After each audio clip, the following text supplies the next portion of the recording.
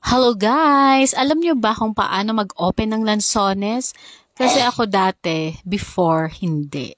Ganito ang ginagawa ko, oo. Magsisimula ako sa taas. Tapos, parang apple siya. Paikot, ganyan. Ganyan?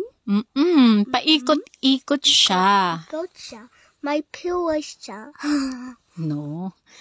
Tapos, ayan. Babalitan ko ng ganyan. Before. Ayan, hanggang sa mabalatan ang buo. Minsan nga, kinakain ko na ganyan eh. Na ganyan, tapos di ba isusubo mo? Na ganyan. Masarap din kaya. Pag buo na ganyan, isubo mo.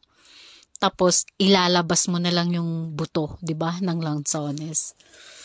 Pero, nalaman ko, ganyan lang pala ang tama na pagbalat ng lansones. Pipisilin mo lang siya sa top, ganyan, tapos ihiwalay mo siya, tapos babalatan mo yung isa. Yan, napakadali.